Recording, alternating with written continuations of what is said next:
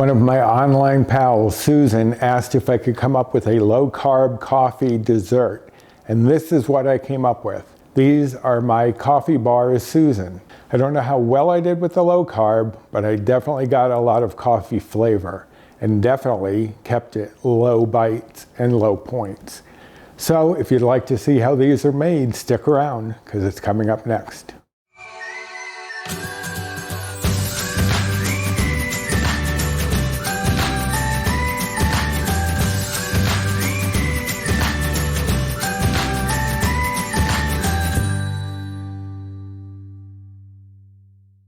Hello and welcome to my kitchen. My name is Roy. I am a home cook and amateur baker, and I am here on this channel sharing recipes that have helped me to lose over 125 pounds, whether those recipes are mine or someone else's. So today is one of mine, and this one came at the request of one of my online pals, Susan, and she didn't request bars specifically. She just asked if I could do a low-carb coffee dessert. Now, I'm not great with low carb. I don't follow the low carb, so I tried to do the best I could, and she said that I did fairly well when I passed it by her. But I'm sure there are tweaks that you could do at home. Maybe a different sweetener would have a lower carb count. But anyway, she asked for a coffee dessert, and I was trying to think of what I could do, and I didn't want to do a cake because I think that would dilute the coffee flavor too much. But then I thought about brownies, and what if brownies were made with coffee instead of chocolate? And the coffee bars Susan were born, named obviously for the person who inspired me to make this dish. So let's go over the ingredients. I did this to keep it low carb. I did it with almond flour. You don't have to do it with almond flour. You can do it with all-purpose flour, that's fine. And actually, I have some all-purpose flour mixed in with my almond flour because I didn't have quite enough left in the bag to make the 3/4 cup that I needed here, so I supplied the rest with all-purpose flour. So you could do a mixture, you could do all-purpose, you could do all almond, you could try other flours. I don't know how oat flour would be or coconut flour, but who knows? I know with almond flour and all-purpose, it will work fine. I also have here a 1/2 cup of protein powder. Now I'm using Cafe Latte by Premier Protein. It's this one here. This is relatively inexpensive compared to other protein powders that I've purchased. I think this was about $20 maybe, and a lot of them I see for about like $30, $40, $50. But that one is very good. I have the vanilla as well. Now you don't have to have the coffee flavor for this.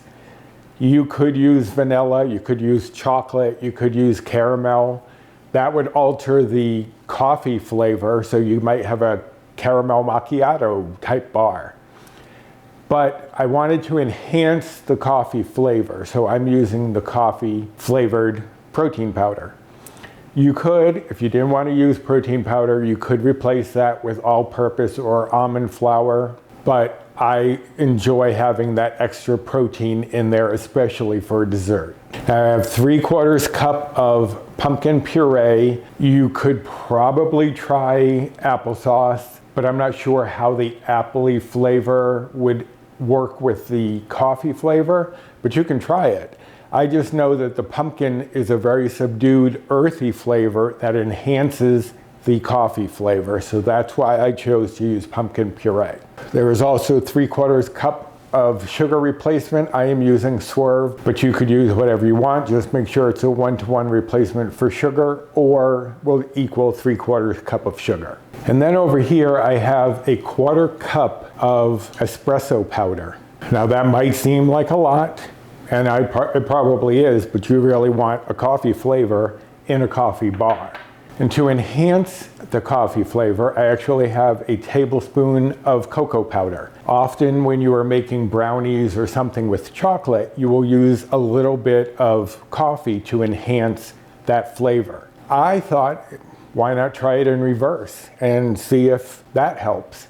And I definitely did enjoy having that little background note of chocolate. You can't really taste chocolate, you definitely taste coffee. but I think it does help to enhance that coffee flavor.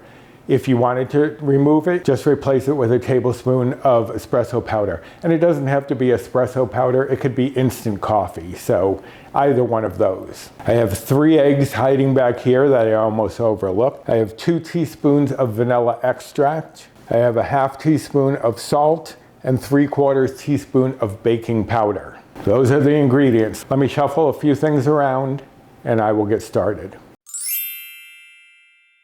So the first thing we're going to do is combine our dry ingredients, the almond flour or all-purpose flour, whatever kind of flour, the protein powder, the baking powder, and the salt. And we're just going to whisk this together. This is the lazy man sifting method, and it works fine for me. So if you prefer sifting, obviously that is your call. You can do that if you would like, but you want to just mix it all together so there are no pockets of salt or baking powder or protein powder for that matter. All right, so that looks good. We're going to set that aside. Now what we're going to do is take our espresso powder and our cocoa, combine those. Now we need to add 2 tablespoons of hot water to this so that everything dissolves. So let me grab that water and we'll move on. Okay, so this hot water is just going to be here to help dissolve our cocoa powder and espresso powder and make a sort of paste. It's going to be fairly thick, obviously not like making a cup of coffee. And speaking of coffee, if you really wanted to bump up that coffee flavor, you could use some hot coffee, just regular brewed hot coffee. It doesn't have to be extra strength. Okay, so just a thick, loose paste. It doesn't have to be too thick. You want it to be able to combine with everything else. So, speaking of everything else, let's move that aside now and bring in our big bowl. Add in our pumpkin and our sugar replacement and our espresso mixture here. You want as much of that coffee flavor in there as you can get. And then I'm going to switch over to my whisk and just whisk this all together. And you don't have to whisk it together too long, just till it comes together. Then we're going to add in our 3 eggs. Now these are at room temperature. As I always say, when you're baking especially, you want things at room temperature so that they will combine more easily. Going to break up the yolks and whisk this together. Okay, now we're going to add in our flour mixture and just whisk that in. If you're using almond flour, you don't have to worry too much about over mixing because there's no real gluten formation with almond flour. But if you are doing all purpose, you definitely don't want to over mix this because then it becomes tough. You just want to mix it until it comes together, and that's pretty much it. Oh, I'm getting a big whiff of coffee now. All right, so I have here a 9-inch cake pan that I've sprayed heavily with the baking spray. Baking spray, I think, is better in this case because the flour really helps it to release, because this is going to actually cool completely in the pan. Typically, I say to take it out before it cools too long in the pan, but this one you want to fully cool in the pan. So it's a 9-inch pan. You could use an 8-inch pan. You would just have to extend the baking time a little while, like a few minutes. So I'm just going to add this all in to our pan and get every last drop out of there that you can.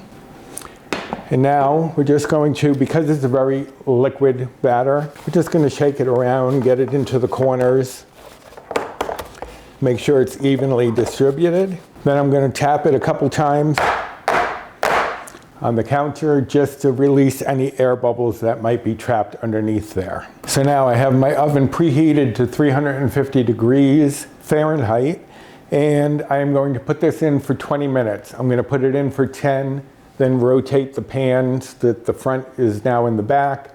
That way, if there are any hot spots in the oven, then you have more even cooking. So this is going in for 20 minutes, and I will be back once it comes out. Okay, so this is the halfway point. It still looks a bit wet, and it will, but you can see a little foaming happening around the edges. Just going to turn this around, and you can see it's still pretty liquid in there. So that's going to go for another 10 minutes, and then I'll be back. Okay, there goes our timer. We're going to check their bars here and just pull it out. Now you can see it's a little foaming around the edges. The center still, I don't know if you can tell, it still looks a little glossy, but that is fine. You want the toothpick to come out clean. This has a few crumbs attached, so I'm going to give it another minute, and I'll be back. Okay, here we are. I did a second toothpick test, and this time it came out clean. It was only another minute or so. You just want to make sure that you are not sticking the toothpick in the same hole, because that hole is now open, so it may dry out a little faster than what's around it. So I did a little hole right next to it and came out clean. And you can see around the edges, it's kind of pulled away from the pan. That's what you're expecting it to do. So now comes everyone's favorite game, the waiting game. We have to let this cool completely in the pan. I'm going to give it about an hour and check it, but I will be back to let you know how long it took for me, and then give you all those nutrition facts that you're so eager for. I'll be right back. Okay, so it has been about an hour. Still feels slightly warm, but I think it's cool enough to take out now. If it's not, we will know in a second when it falls apart. But I'm just going to take my cooling rack, put it on top of the pan, and then flip it and drop it. I could hear a little plunk there. There we go. Now, to cut this, I'm going to do the same thing onto a cutting board. And before I cut it, this isn't in the recipe, but you can do this as well. I have a tablespoon of powdered sugar, actual powdered sugar, because this would come out, this makes 12 servings. So this would come out to about a quarter teaspoon for each serving. So it's not going to add any bites or points. I'm just going to dust the whole thing with powdered sugar. The first time I experimented with these, I made a glaze, a coffee glaze, but these have enough coffee flavor. You don't have to do that, but you could do some sort of glaze if you want. And if you wanted to really bump up the coffee, do coffee. If you wanted more of a mocha, do some chocolate. So feel free to change it up. Now I'm taking off my glasses, because if you've seen this channel at all, you know I'm notorious for not cutting accurate portions, even with a ruler. But I'm going to try with the ruler.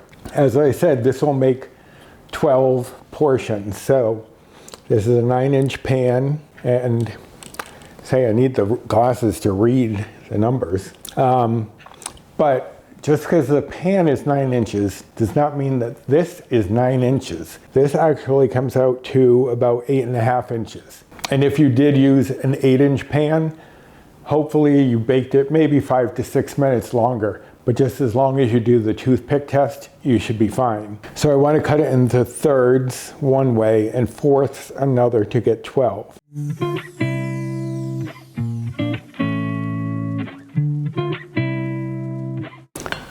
Close enough. I'm not going to obsess too much over it. But there you have our coffee bars with a little added sugar. Like I said, the first time I made these, I didn't put that on it, and it was delicious without.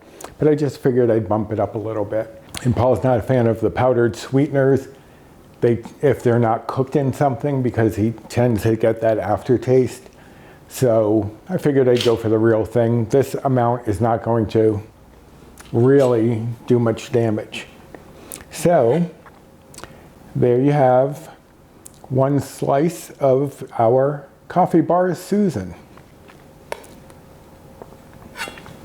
As I said, this makes 12 servings. You could change the serving size if you want, because each of these bars is just one bite or Old Blue Point. I'm on the Healthi, or formerly I Track Bites, Better Balance plan, which is equivalent to the old WW Blue plan. So depending on what you have on your personal points, this should be around there somewhere. Now, if you're following calories, each one would be 76 calories. If you're following macros, the fat would be 4.2 grams, the carbs would be 14.4 grams, and the fiber would be 1.4 grams. So I believe that makes it a net carb of 13 grams.